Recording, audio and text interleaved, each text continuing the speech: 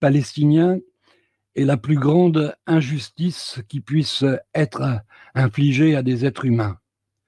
Aucun d'entre nous n'aurait accepté de se voir dépossédé de sa terre par un groupe de fanatiques religieux ayant fait de leur Dieu un agent immobilier. Un peu comme si les Romains de l'Antiquité venaient aujourd'hui en France revendiquer terre et maison sous prétexte qu'il y a 2000 ans, leurs ancêtres vivaient chez nous. Qui accepterait ça? Personne. Et pourtant, les Khazars d'Europe de l'Est, qui n'ont ni racines, ni origine commune avec la Palestine, imposent leur présence sur une terre qui n'est pas la leur. Depuis plus de 75 ans, le peuple palestinien a tout subi. La division de son pays, la dépossession de ses villages, de ses villes, de ses maisons. La première injustice lui a été infligée par l'ONU, qui l'a privé de 53% de son territoire au profit d'une communauté possédant influence, richesse et argent.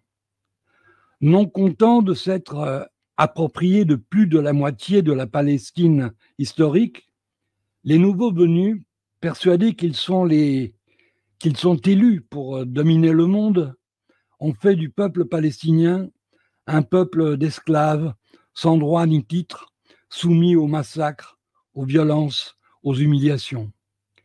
Les prisons du peuple élu sont remplies de femmes, d'enfants, d'hommes de tous âges, dont le seul tort est de déplaire aux nouveaux maîtres des lieux.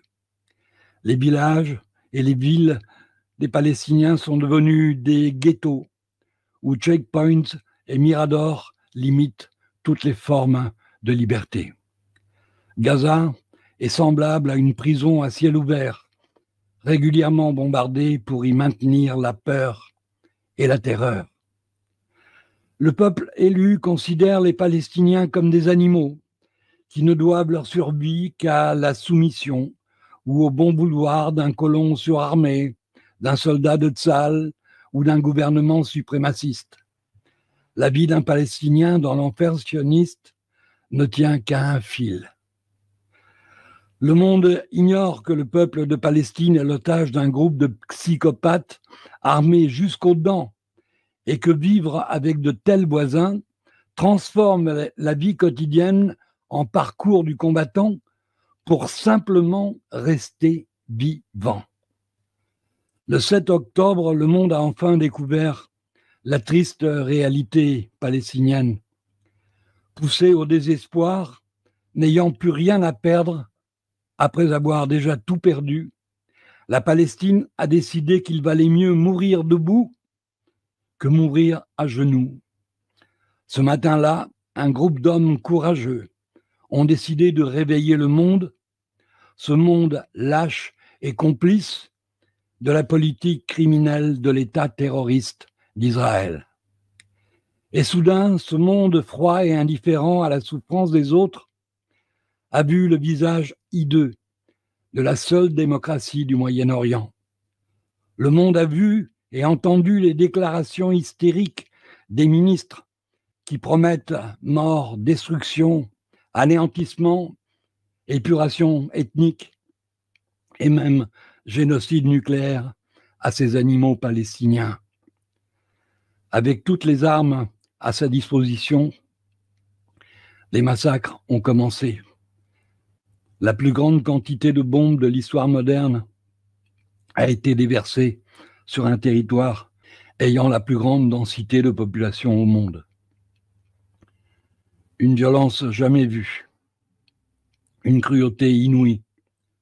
Chaque jour depuis le 7 octobre, des centaines d'enfants meurent dans l'indifférence des gouvernements occidentaux corrompus. Pire, les Macron, les Biden, les Trudeau, les Mélanie viennent en personne apporter sans honte leur soutien au régime sioniste, pourtant condamné pour crimes de guerre et crimes contre l'humanité par des dizaines de résolutions de l'ONU. Soutien indécent, lui reconnaissant le droit de génocider en paix, sans être dérangé par les contraintes du droit international, des droits de l'homme et des simples valeurs d'humanité. Les médias mobilisés tentent de convaincre l'opinion publique que le bourreau est en fait la victime et que la résistance est terroriste. À longueur de journée, c'est « condamnez-vous le Hamas ». Malheureusement pour le peuple élu et son gouvernement suprémaciste, cette fois la propagande ne marche pas. Le monde a compris qu'Israël est un État terroriste de la pire espèce et que son armée la plus morale du monde n'est qu'une armée de bouchers sanguinaires pour qui la vie des enfants de Palestine n'a aucune valeur. La seule démocratie du Moyen-Orient se révèle être un régime judéo-nazi capable d'infliger les pires souffrances à un peuple sans défense. Depuis le 7 octobre, le monde a découvert que les gouvernements occidentaux, dirigés par des criminels, des corrompus, des malades mentaux, sont tous soumis à l'idéologie sioniste qui les a mis au pouvoir. Leur soumission aveugle à Israël, leur mépris pour le droit international et pour la vie humaine ont fait d'eux les complices du génocide palestinien. Désormais, pour les peuples de la terre, la voix de la France est devenue inaudible et méprisable, comme la voix des autres nations qui ont refusé leur aide, un peuple victime d'un massacre biblique. La fracture entre ces gouvernements d'assassins et leur peuple, qui, eux, ont massivement pris position en faveur des opprimés palestiniens, est irrémédiable. Rien ne sera plus comme avant. Le 7 octobre, le peuple de Palestine a montré la voie pour se libérer du sionisme. Il ne combat pas que pour lui-même, mais aussi pour tous les peuples d'Europe, otages de gouvernements sionistes ou pro-sionistes. Cette lutte ne fait que commencer et elle va s'étendre à l'Occident, sous domination israélienne.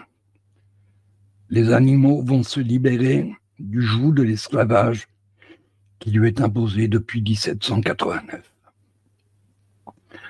Le 7 octobre restera dans les mémoires comme le début de la fin du nouvel ordre mondial sioniste,